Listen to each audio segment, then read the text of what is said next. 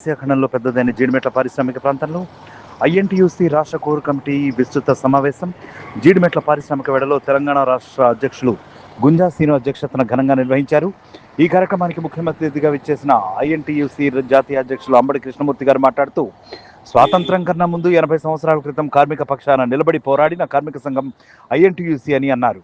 ప్రభుత్వంతో పోరాడి అనేక కార్మిక చట్టాలను సాధిస్తే బీజేపీ మోడీ ప్రభుత్వం కార్మిక చట్టాలు రద్దు చేసి 4 భాగాలుగా విభజించి కార్పొరేట్ సంస్థల కొమ్ము కాస్తోందని, కార్మిక వ్యతిరేక విధానాలు 12 గంటల పని దినాలను అమలు చేస్తూ ప్రభుత్వ రంగ సంస్థలు railway, BHEL, HMT, HAL, DRDO, LIC, బొగ్గు గనులు, రక్షణ శాఖ కూడా ప్రైవేటు పరం చేస్తున్న మోడీపై భారత జాతీయ కార్మిక సంఘం ఐక్యంగా పోరాడి యుద్ధం ప్రకటించి హక్కుల సాధనకే సిద్ధం కావాలని పిలుపునిచ్చారు.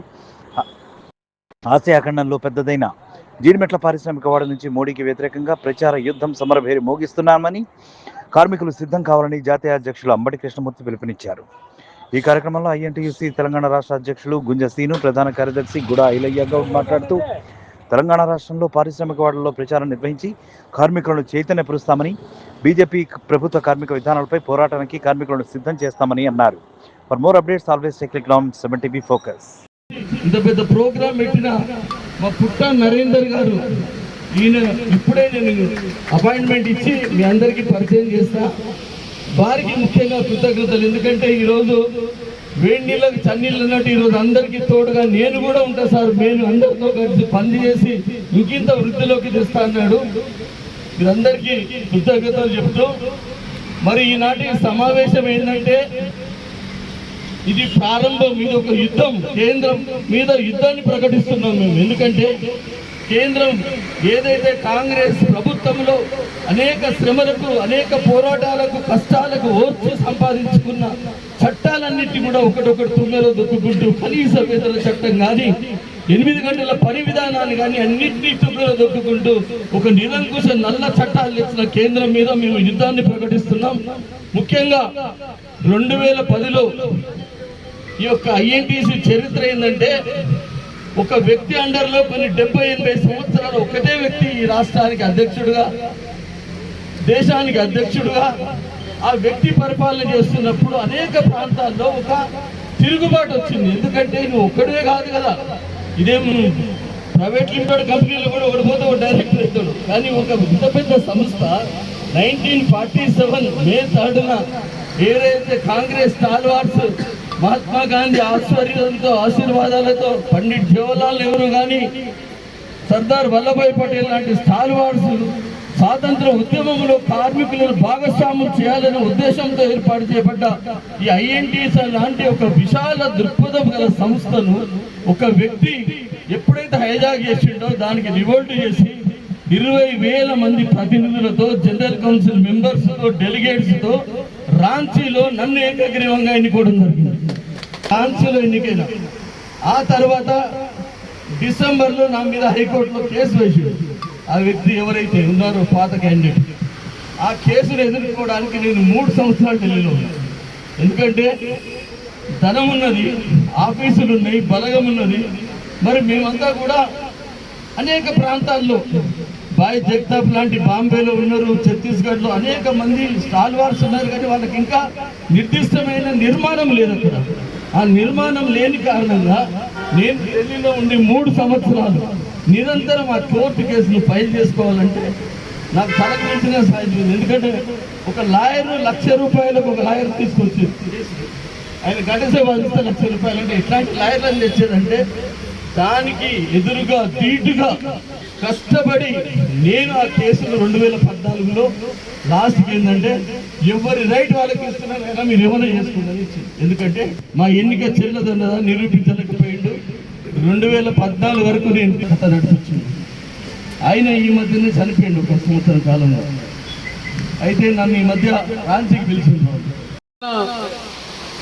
రాష్ట్ర అధ్యక్షులు, కార్మిక నాయకులు, అడుగు బలైన వర్గాల నాయకుడు గుంజా శ్రీనివాసు స్వాగతం పలకాలని, వారు తప్పల ద్వారా మీరు స్వాగతం పలకాలని కోరుకుంటున్నాను. అందరి దగ్గర కోళ్ళు ఉన్నాయి, తప్పలు కొట్టలేదు. గురుప్రసాద్ గారు, లలిత, దయానంద్ గారు, రమ్య, మంజుల రుతు సంవత్సరాల నుంచి పోరాటం చేస్తున్న వ్యక్తి గుంజా శ్రీనివాస్. కాంగ్రెస్ పార్టీలో 30 ఏళ్ల నుంచి పార్టీకి పనిచేసుకుంటూ ఏ అవకాశాలు వచ్చినా రాకున్నా రాహుల్ గాంధీ ప్రధానమంత్రి కావడమే లక్ష్యంగా ఆనాడు రాజశేఖర రెడ్డి గారు ఏదైతే చెప్పిండో ఆ మాట కోసం మాకు పార్టీలో అవకాశాలు రాకున్నా వచ్చినా ఐ డోంట్ కేర్, రాహుల్ గాంధీని ప్రధానమంత్రి చేయడమే లక్ష్యంగా పనిచేస్తున్నటువంటి వ్యక్తులం మేమంతా ఇక్కడ ఉన్నాం. మాకు కాంగ్రెస్ పార్టీ ముఖ్యం, ఐఎన్టీసీ ముఖ్యం. ఈ రెండిటిని 2 కళ్ళతో తీసుకొని పోయి మరి ఈ ప్రాంతంలో చూస్తే మీరు కూడా మిత్రులారా తెలుసుకోవాలి, ప్రెస్ మీడియా వాళ్ళంతా ప్రింట్ మీడియా వాళ్ళంతా ఎవరు సీనియర్లు ఎవరు జూనియర్లు అనేది లెక్క తెలిస్తే గుంజా శ్రీనివాస్ కంటే సీనియర్ ఏ పెద్ద లీడర్ ఉన్నాడో ఒక్కసారి చెప్పవలసిన అవసరం ఎంతైనా ఉంది. మరి అటువంటి పరిస్థితులలో కాంగ్రెస్ పార్టీకి కట్టుబడి ఉన్నాం. మరి రేవంత్ రెడ్డి గారి నాయకత్వం, ఇది రేవంత్ రెడ్డి గారి సైన్యం. ఈ రేవంత్ రెడ్డి గారి సైన్యంతో పాటు రాహుల్ గాంధీని ప్రధానమంత్రి చేయడమే లక్ష్యంగా పనిచేస్తున్నాం. కొంతమంది మిత్రులు అడిగిన మీడియా మిత్రులు, నువ్వు ఎప్పుడు కాంగ్రెస్ పార్టీ జెండా పట్టుకొని నువ్వు ఏందన్నా ఇక్కడే ఉన్నావని. అవకాశాలు వస్తే వస్తాయి, లేకపోతే లేదు. మా భావి భారత ప్రధాని రాహుల్ గాంధీ గారు అయినప్పుడు అన్ని విధాలుగా ఇక్కడ తెలంగాణలో అందరికీ అవకాశాలు వస్తాయి. మరి ఈనాడు మన మేడ్చల్ మల్కాజ్గిరి జిల్లాలో నాలాంటి వాళ్ళు కార్యకర్తలు 1000 మంది ఉన్నారు. దాంట్లో సీనియర్లు 100 మంది ఉండొచ్చు. మరి ఏ ఒక్కరికి వచ్చినా ఏ ఒక్కరికి రాకున్నా సంతోషపడి పనిచేయడమే లక్ష్యం తప్ప ఈ పార్టీలు ఈ గ్రూపులు అన్ని ముందుకు పెట్టుకొని పోవాల్సిన అవసరం లేదు. మా నాయకుడు రేవంత్ రెడ్డి, మా ఆది నాయకుడు రాహుల్ గాంధీ, ఇదే ముఖ్యంగా అదే శ్లోకంతో మేము ముందుకు పోతాం తప్ప మరి ఈ జెండా ఐఎన్టీసీ జెండా మరి మా మోదీ గారు చేస్తున్నటువంటి మరి నల్ల చట్టాలపైన పోరాటం చేయడానికి అతి త్వరలో మా నేషనల్ అధ్యక్షుడు ఒక పెద్ద ప్రోగ్రాం జంతర్ మంతర్ దగ్గర పెడదామని చెప్పి ఆలోచన చేస్తున్నాడు.